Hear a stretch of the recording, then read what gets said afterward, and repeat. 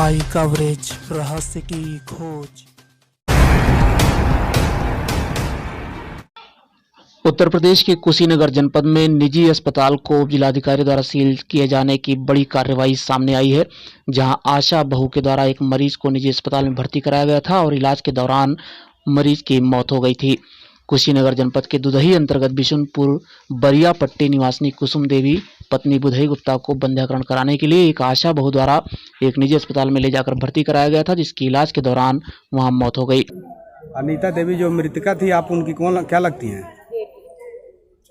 आपकी माँ का मौत कैसे हुआ, क्यों हुआ? ऑपरेशन करा का सब बुला के ले गए, ओकर बाद से ले गए घर में तसू लगे, ओकर बाद से चिल्लाए लग गए। हम कहीं जे पर बदल तना पिपर पर तो नाम से उठा के हटाते रहे, ओकर बाद से हुआ हुआ के निकल गेले। कितना देर आप लोग हॉस्पिटल में थी वहाँ?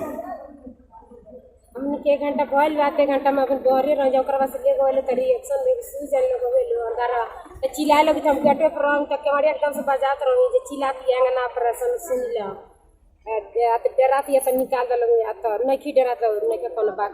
अब बाद में नहीं मुंह लाश खान लेके निकले तो कतल पड़ाना ले तन जा एती चढ़वा पति बेहोश बड़ी और ओकर बाद से जे मुंह गर या झूठे के लेके घूमत रहलो, नाम से दिखात रहलो ना कुछ।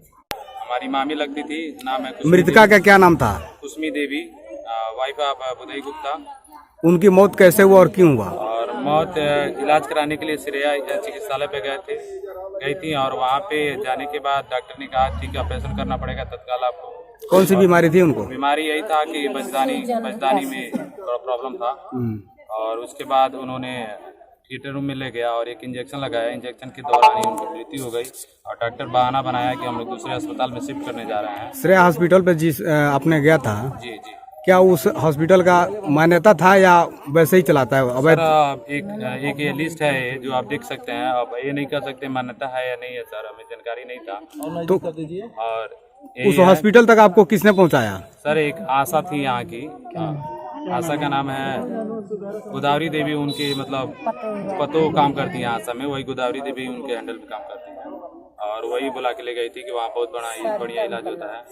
जो आशा है सरिता नाम है।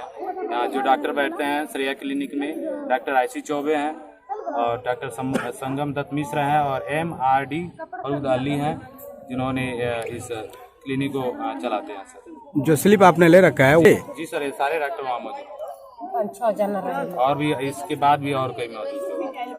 परिजनों के द्वारा शोरगुल करने के बाद डॉक्टर के निजी गाड़ी से दूसरे अस्पताल में ले जाने की बात बताई गई, जिसकी जानकारी होने पर थाना अध्यक्ष विशुनपुरा ने मौके पर पहुंचकर लाश को कब्जे में लेकर पोस्टमार्टम के लिए भेज दिया और परिजनों के मुताबिक इलाज के नाम पर पहले ही पीड़िता के परिजनों से 5,000 रुपए जमा करवा लिए गए थे, जिसकी कोई लिखित पर्ची भी नहीं दी गई थी। अभी आके जानकारी किया है मृतक के परिजनों से और अभी डॉक्टर साहब भी आए थे और ACMO साहब भी आए थे। जिस अस्पताल के विषय में बताया गया है वो जाके सील किया गया है और इस संबंध में जो है जिलाधिकारी महोदय और उच्च अधिकारियों को रिपोर्ट भेजी जाएगी और यहाँ दुदही में जितने भी हॉस्पिटल इस तरह से चल रहे हैं उसके एक गोपनीय जांच करवाई जाएगी और उनके खिलाफ कार्रवाई। सर, दुदही में तो हर बार जांच होता है और सील होता है, फिर वह सील खुल भी जाता है, उस पर कोई मुकदमा दर्ज नहीं हो पाता है। नहीं, अब जो कानून में प्रावधान होगा वो कार्रवाई की जाएगी। कैसे हुई, क्योंकि ACMO साहब आए थे, उन्होंने सील किया है और आगे की फर्दर जाँच की, चूँकि ये टेक्निकल मामला है, केवल इसको जो है डॉक्टर्स या मेडिकल साइंस जानने वाला ही इसका निर्धारण कर सकता है, तो वो करेंगे उसके बाद अपनी रिपोर्ट। इस संबंध में उप जिलाधिकारी AR फारूकी ने बताया कि इसकी जानकारी प्राप्त हुई है, अस्पताल को सील कर दिया गया है और कार्यवाही के लिए आगे रिपोर्ट भेजी जाएगी और भी ऐसे अस्पतालों को गुप्त तरीके से जांच की जाएगी और दोषी पाए जाने पर जिम्मेदारों के खिलाफ कड़ी कार्रवाई की जाएगी। CSC प्रभारी AK पांडे ने बताया कि अस्पताल को सील कर दिया गया है, आगे विभागीय कार्यवाही की जाएगी। मौके पर डिप्टी CMO कुशीनगर, उप जिलाधिकारी तमको हिराज, AR फारूकी और CSC प्रभारी AK पांडे भी मौजूद रहे। महिला की मृत्यु बेहद दर्दनाक है।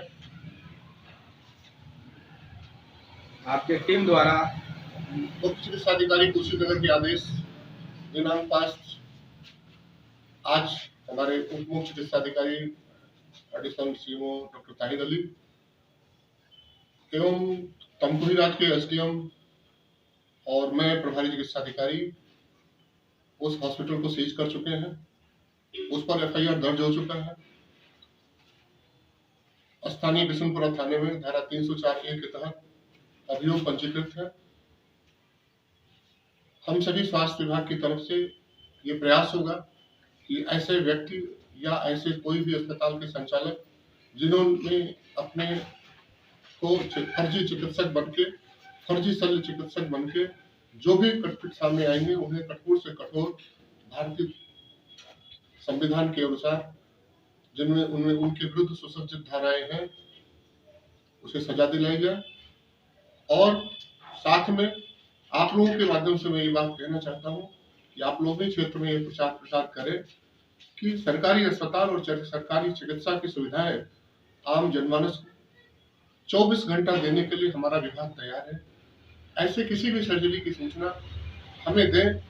हमारे स्वास्थ्य केंद्र पे जो सुविधा नहीं होगी, हम जिला अस्पताल में उपस्थित अपने सर्जनों से कराएंगे। पीड़िता द्वारा बताया जा रहा है कि यहाँ दुधही ब्लॉक के अंदर दलालों की ही चलती है। सर, इस विषय पर क्या बताएंगे? मुझे एक आवेदन मिला है जिसमें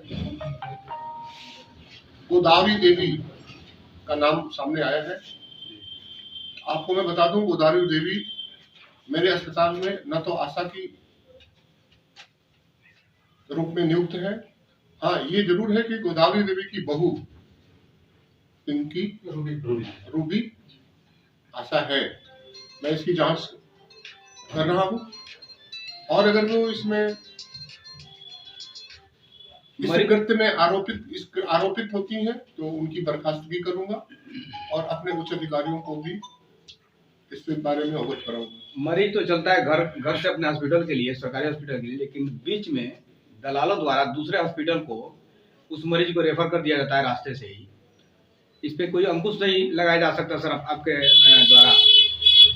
बिल्कुल, हमारे कानून में इस तरह के कृत्य करने वालों को सजा का प्राविधान है और गोदावरी देवी को, जिसमें 304A का मुकदमा पंजीकृत है, हम उनके अपनी जांच रिपोर्ट में उनको ये बात रेखांकित करेंगे कि उन्होंने ये गलत काम किया है और गोदावरी देवी हमारे विभाग से या हमारे किसी भी राजकीय धन का एक पैसा भी हम उन्हें नहीं देते, लेकिन उनको मुलजिम बनाने के लिए अगर वो दोषी है तो उन्हें सजा मिलेगी। सर, इसके पहले भी वो अस्पताल जो है सील हुआ था।